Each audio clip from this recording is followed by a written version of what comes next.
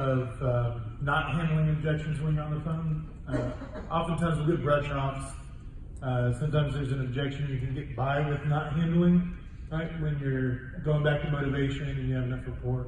How do you determine when something is a brush off, an objection, or sometimes it's a condition? Like you're gonna have to be able to address it in order to get into the house. Give me an example of what a condition would be. Let's say, let's use my parents as an example in Montana. If they were going to sell their property, they know that someone can take that listing for 5%. There's no way they're going to pay anyone 6%. I would say, I would completely move through it. That sounds fair to me. Because it doesn't matter until you get in front of them. Once you're in front of them, you can talk about what you would offer for 5%. And if they like something extra, this is the 6% plan. You could even go and say, you know what, that sounds reasonable to me. We actually have something better. Would you be open to something better? Casey? Yeah, definitely.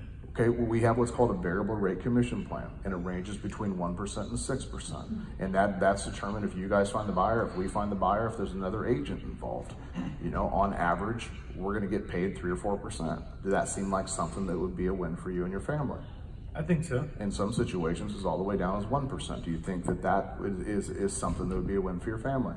Yeah, I'd like to learn more. And if it happened to be a little bit more because we had to pay an additional agent, but you still got the amount of money you wanted and you still netted the amount of money you told me you wanted, would that be a problem? No.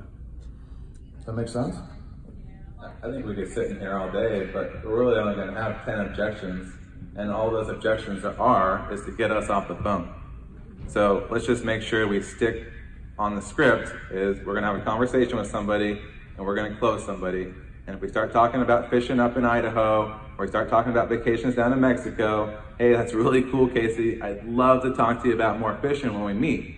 So when's a good time to meet? Weekdays or weekends, right? Because realistically, these are just things to get us off the phone, right? Yeah. They're not really true objections.